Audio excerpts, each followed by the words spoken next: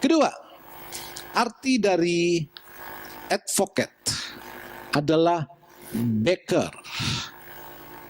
Backer itu backing, backup. Ya, saudara tahu backing, backup. Nah, Roh Kudus adalah backing, backup atau backer. Suku Indian memiliki tradisi untuk menyatakan seorang pria itu dewasa, maka pria itu harus tinggal di hutan beberapa hari seorang diri. Dan ada seorang anak remaja yang oleh ayahnya dilepas di hutan. Kamu harus pergi ke hutan untuk menjadi dewasa. Hidup di hutan sendiri. Dan betul, anaknya dilepas di hutan.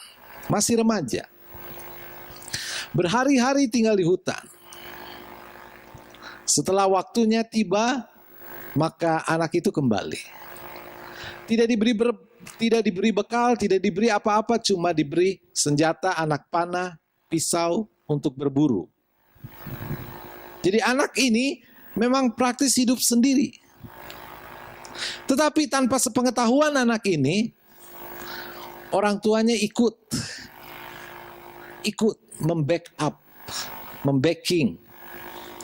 Jadi orang tuanya mengamati anak ini. Anak ini tidak tahu ada ular berbisa di dekatnya, tiba-tiba mati. Ada singa. Karena orang tuanya membackup, membacking, diam-diam. Nah, sadar atau tidak, Roh Kudus adalah backing kita. Katakan amin. Roh Kudus adalah penjaga kita, pengawal kita. Jadi kemanapun kita pergi, masalah apapun yang sedang kita hadapi, jangan takut. Kalau saudara hidup bersandar kepada Tuhan, hidup berharap kepada Tuhan, maka Roh Kudus akan membackup saudara. Itu sebabnya di dalam kitab Ulangan di sana dikatakan, kalau engkau percaya, berharap kepada Tuhan, hidup bergantung kepada Tuhan, diberkati engkau di mana saja. Diberkati engkau di desa, diberkati engkau di kampung, diberkati engkau di kota, diberkati engkau di mana saja. Kalau kita hidup berharap, bersandar kepada Tuhan, maka Roh Kudus akan menjadi backup, backing kita. Dan Rasul Paulus berkata, pencobaan yang datang kepadamu tidak akan melampaui kekuatanmu. Jadi seperti anak Indian ini, ketika orang tuanya melihat ada bahaya, maka diam-diam orang tuanya membantu, menolong. Roh Kudus melihat saudara. Ketika saudara sudah tidak tahan dalam penderitaan, maka Roh Kudus mengambil alih. Katakan amin. Seorang profesor di Universitas Washington DC itu pernah mengadakan sebuah penelitian. Bagaimana doa bisa menyembuhkan orang sakit? Bagaimana doa bisa memberkati seseorang? Bagaimana doa bisa memulihkan, mengubah hidup seseorang? Ternyata nggak nyambung.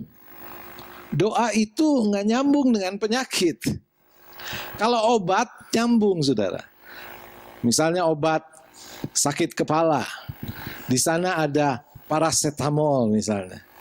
Paracetamol itu bisa menghilangkan nyeri. Jadi ada apa? Ada uraiannya, uraian ilmiahnya. Tapi doa nggak ada, nggak nyambung. Jadi kok bisa doa menyembuhkan orang sakit padahal nggak nyambung?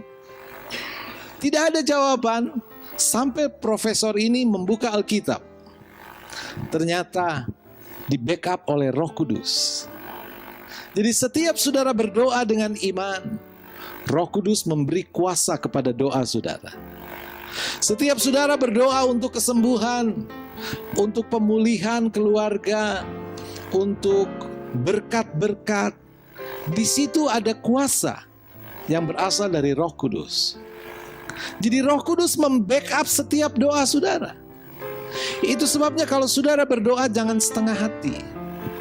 Kalau saudara berdoa tidak boleh setengah percaya.